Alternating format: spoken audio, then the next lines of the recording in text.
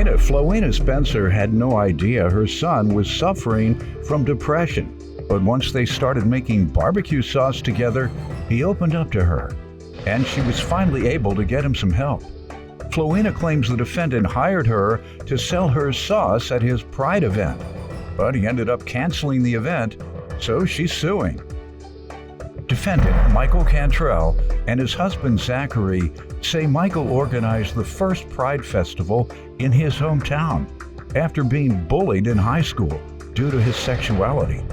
Michael regrets having to cancel this most recent Pride event, but he claims after he did, Flowina started defaming him, so he's countersuing.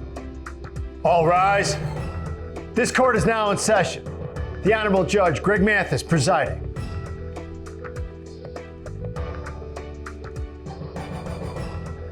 You may now be seated. Start with you. I am from Franklin, Kentucky. I'm the owner of Spencer's Sauce Barbecue Seasonings and Injections. Me and my son, Sean Spencer You can come Woods. there and get barbecue and butt shots. I might have to do that. It's getting tough out here. Now, what'd you say? You say it's you get shots? Injection to inject your meat to marinate for barbecuing. Injected into the the meat. Oh, okay. Into a Boston butt, or some people might marinate their there you chicken. go, injecting it into the butt. This must be Atlanta. I'm on the southern border. It's only 4 hours away from Franklin. Okay, go ahead. So we started doing this in 2001, but prior to that, my son was on the 4A championship football team for Franklin Simpson Wildcats, and they did it back-to-back in 2017 and 18. Right. He was the first and only black center out of Franklin that took the football players to the state. So he's my night and joy. Yeah, did he get a scholarship? He got a full ride scholarship to the University of Cumberland in Williamsburg, Kentucky. Good. And he went there. He stayed the first semester, and he came back home. And when I asked him, why did you come back home? He said, I wasn't ready to be that far away from home. It's like 4 hours away. I didn't have him till I was 30, so I kind of babied him, but I gave him the rules and tough love. How old is he now? He's 21 now. What is he doing now? He's working a full-time job in a... I want to go back to school. I want him to go back to school. And he fell into a depression and anxiety, and that was really the main thing that was going on. And being in the black community, that's kind of really taboo to talk about depression. When you say mental illness or mental health awareness, people think you crazy walking out in the daytime with a flashlight naked. So people don't think that depression and anxiety is a part of... You gave a pretty detailed description. You seem like you didn't seen that. Well, I've worked in the mental... naked with the flashlight on. I've seen a little bit of everything. All right. But let me thank you for mentioning that. Yeah, so that... about the black community and their failure to wrap their arms around mental illness and get a proper understanding and informed, put it that way, an informed understanding and opinion of mental health. Thank you. What else you want to say about that? What's been your observation? Well, what I've learned is that people, when you don't talk about something, it's the fear of the unknown. And so my son has always been a happy-go-lucky. In fact, myself, I've dealt with anxiety and depression. Because, I look good today. Not saying I'm tooting my own horn, but I used to weigh 320 pounds. Wow. All right. And, thank you. But with that, F was a plus, but with that came some illnesses that resulted from the gastric bypass. I went in to get my thyroids removed, and because my body does absorb minerals, it caused me to have neuropathy. My body calcium bottomed out, and I was in the hospital for 30 days in 2 states until they found out that my body wouldn't absorb calcium, so I have to constantly keep that in, and that made neurological damage. So I was in my early 40s, and I got nerve damage and things, so it was depressing, but I always saw somebody's in worse shape than I am, so I use humor and talking to people to, to mask my demons. Because there's a demon when you don't address something, because it just manifests and gets bigger.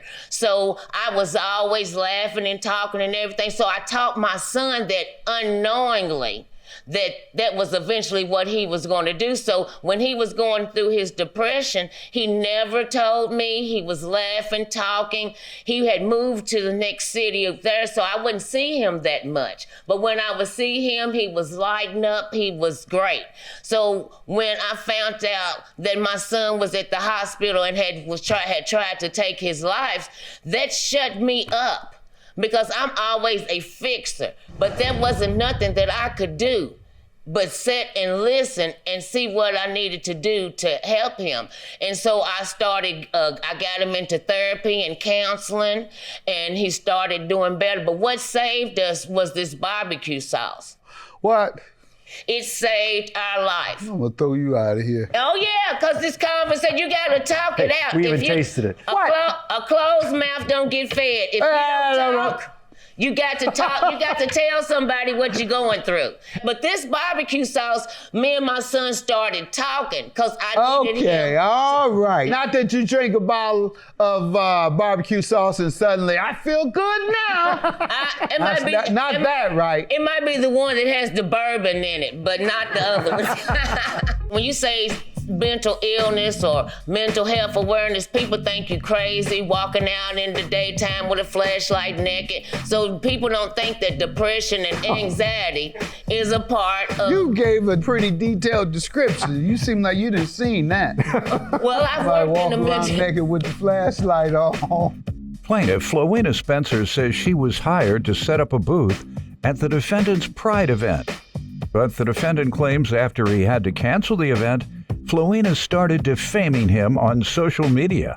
Thank you for bringing to light also how African-American community is in the blind, in my opinion, or uninformed or significantly less informed than other communities with the stigmas. If you, like you say, if you admit having depression, bipolar, or any of those other things, you get stigmatized. So the parents, instead of trying to believe what a teacher or a social worker or whomever told them, they go into defensive mode. Ain't nothing wrong with my child. Leave me alone. I don't like you, and you just don't like my child. No, I don't like the way your child acts in the class. That's what I don't like.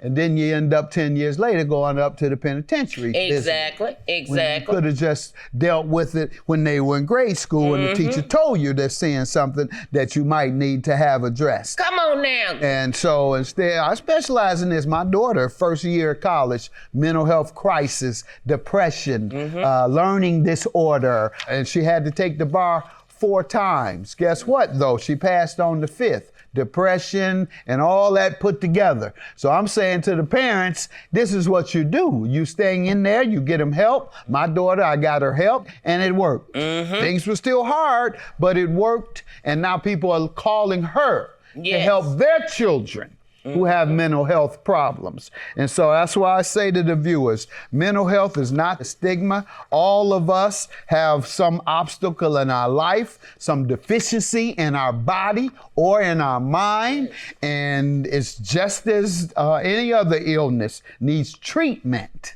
And the best treatment is either counseling and or medication for mental health. All right, let me hear from you all. Give me some background, sir. I was the organizer of the first annual Franklin Simpson Community Pride Festival in Franklin, Kentucky last year in 2021. It was a pretty successful event. Franklin is my hometown. It was, they have a pretty good size LGBTQ population. I felt like they needed something to do. See, I grew up in foster care, so I didn't have the support. That's why I wanted to plan the festival. Good. But I mean, high school wasn't good. Why? So just bullied for my sexuality. My son, who Didn't come out to us until he was 18. The biggest suffering he had was denial of who he was. He couldn't tell us who he really was. And then now, after coming out to the family and friends, when he was 18 now, 32, he's come out to the public at large, and I asked him, why are you just coming out? I thought everybody knew you had come out, son. We known since you were 18. You know what he said? He said, because I was scared of how it would impact me, my career. That's what he said. So the essence of it is you're denying who you are to protect me. And so you see why that makes me want to fight so much? For the LGBTQ community, that tight, you all suffer that way? You have to deny who you are and lie to people about who you are? Pardon? And we shouldn't have to deny it. No, absolutely not. And here my son is denying himself, he tells me out of his own mouth, because he's worried about how it affect my career. And like I said, I don't want homophobes to watch my show. Please don't watch. If you have something against me, please don't watch. I don't want you watching me because your mind is too closed. So thank you, but you went through a lot of bullying in school. What grades? The entire year, 4 years of high school. And when you tell the teachers or counselors or school security, what would any response, or would they just kind of blow it off? They were very helpful. Gay? No, Pardon? they were very helpful. Good. All right, we see teachers and counselors. You have a young man who was bullied based on his sexuality, and he's here and he says, you all helped him a lot. So you want to be able to say this about you all school, right? So teachers, counselors help a lot, so you can have one of your former students who were victimized be able to say, you helped them.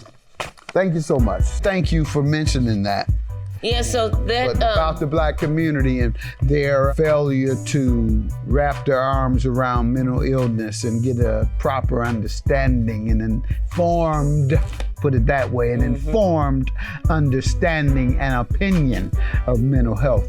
Plaintiff Flowina Spencer says she was hired to set up a booth at the defendant's Pride event. But the defendant claims after he had to cancel the event, Flowina started defaming him on social media. Tell me why you're suing them. Well, first of all, I met Mr. Cantrell at a pop-up event in Franklin at the Level Up venue. So on the 22nd of March of this year, Mr. Cantrell contacted me and said, you should get a booth at the Pride for Spencer's house. It's going to be $60, should be great. And so I said I should be able to pay it like on April the 1st.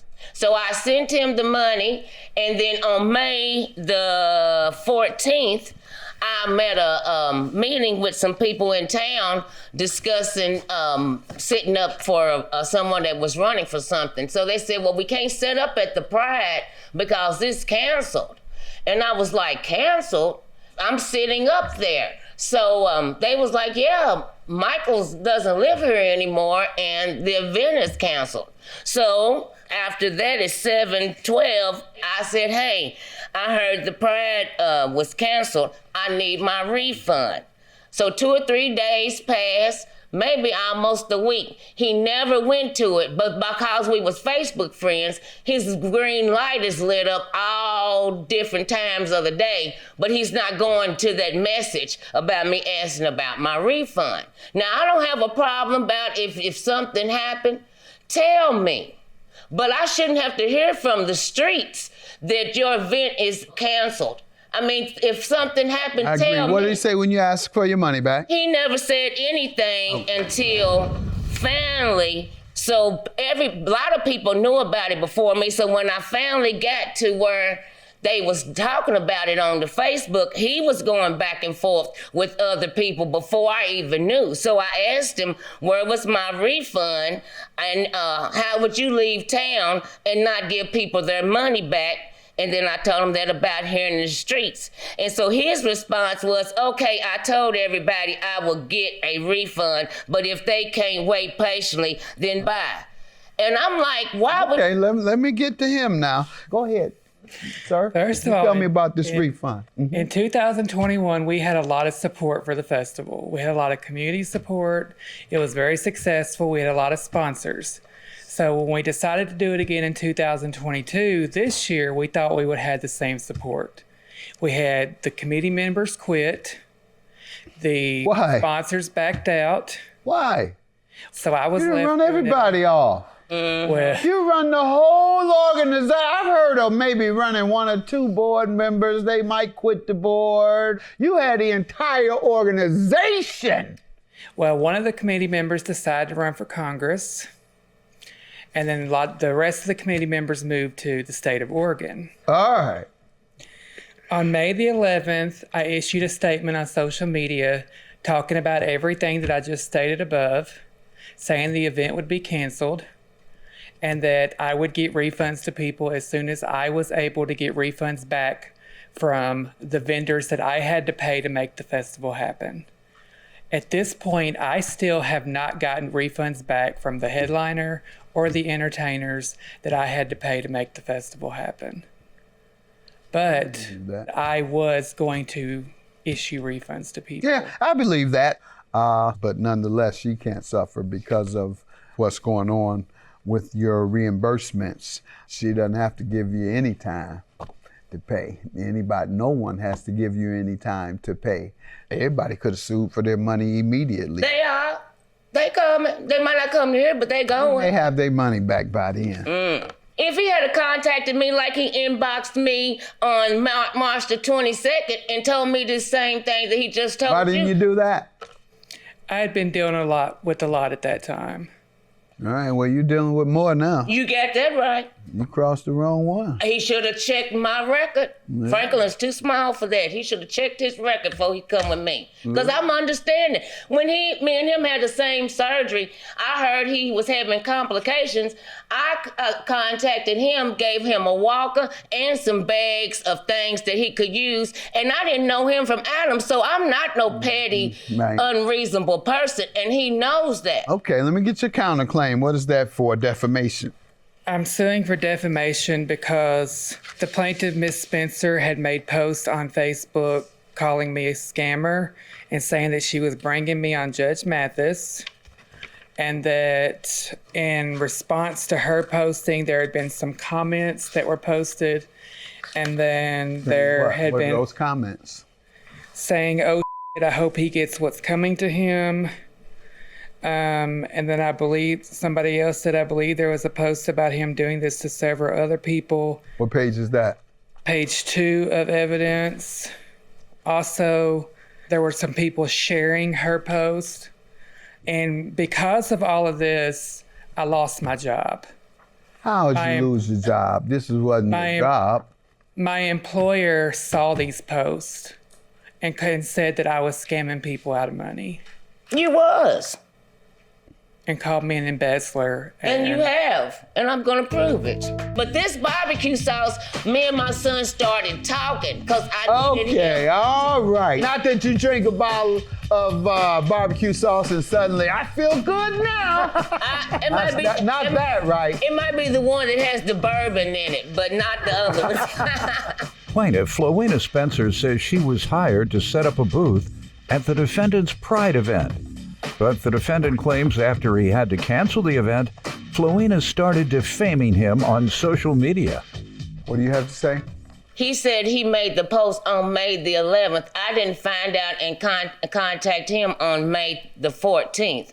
So he's saying that I made a post. They was lighting him up on Facebook before I even knew anything about it from when he canceled it on the 11th. Has you gotten complaints prior to hers on Facebook? I had not gotten any complaints. You say he had? Yes, because by fact, it was people contacting me that had seen the post that the other You people. keep looking down. What page did? Oh, I'm sorry. You know, I know that ain't nothing but game. You look down and say something that ain't even there. No. You just keep looking down. Yeah, see, it's written down. Ain't reading nothing. Yes, it Blank is piece of 26. paper. That's old. 26. it is page 26 to 38. These are just the people that contacted me. I was scammed by Michael. Just let me know what I need to provide, please. One person. I have a receipt from Cash App, and I have a conversation with him in Messenger. I have screenshots of Michael Ray Cantrell's nastiness to me as a first-year vendor, and I can help any way that I can. Who was also on the prior, he'd asked me to come back this year, and I explained that I wouldn't because of Michael Ray Cantrell. I don't want to deal with you no more. And I have witness statements, and these people I don't even know. Because they seen me asked him where was my money. Sir, there's a sufficient number of negative comments about your business practices such that I'm not going to consider it defamation. Defamation is when someone makes a false statement intending to harm your reputation, and that it does harm your reputation. I don't think she intended to make a false statement. Whether it's true or not, she believed at this point she's been scammed. You have several other people complaining about your business practices. So it's not as if she has just come up with something and start spreading it around and no one else has that same experience with you. Others might have a different description of it. She just uses the word scam.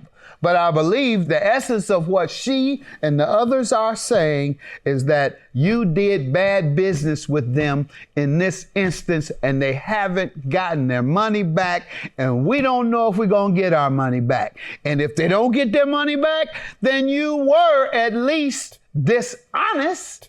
He packed up and moved to a whole nother state. And the people showed up for the event on June the 4th and didn't even know it was canceled. Had been planning to move way before this. Well, you didn't tell people that you canceled the event and you took the money and left. You didn't know. You could have inboxed me, Michael. It's plenty people cancel those pop-ups and stuff all the time. They tell them and they give them their money. In the future, be selective about who you call. You better believe it. Be selective. We also still do currently have a house there. No, you never. You better stop playing with me. You knew her. You talking to Why me? would you Why are you cross her? talking You to see me? here? Unfortunately, your claim is dismissed for defamation. And because there's a lot of people that believe that you've done them wrong, not just her, and they have weighed in on the internet about it. Hopefully, when you get your money from him, you're going to put something back on there and say, I was paid, I was in court with him, he's not a bad guy at all. Absolutely. All right, he got on, he admitted, he didn't fight it. Oh, the whole town's going to be watching. They going to know because they having a watch party. So we've rehabilitated your reputation. All these other folks, we now know that you hit a crisis when it was canceled and you got a lot of people to pay back. So folks understand that you're not trying to scam. All right? You just haven't paid your bills yet. Have a good day. Judgment for the plaintiff. Oh, I'm sorry, sir. I brought you a basket of sauces and seasonings. Well, you owe it to me as much as you done worried me. I almost got you. I got you about $100 worth of stuff in the basket and a T-shirt from God and I that was personally made for you. So I paid you back half of what you got me. Thank you. Take care. Gentlemen, take care. First of all, y'all already know I don't have no bad problems with anybody, homosexual, whatever they are. And I've always been nice to you guys. And had Michael had contacted me like a real business person do, we wouldn't have been here because plenty people have canceled things and say, well, can you give me 2 weeks? Or I don't have it right now. I wouldn't have had a problem with that.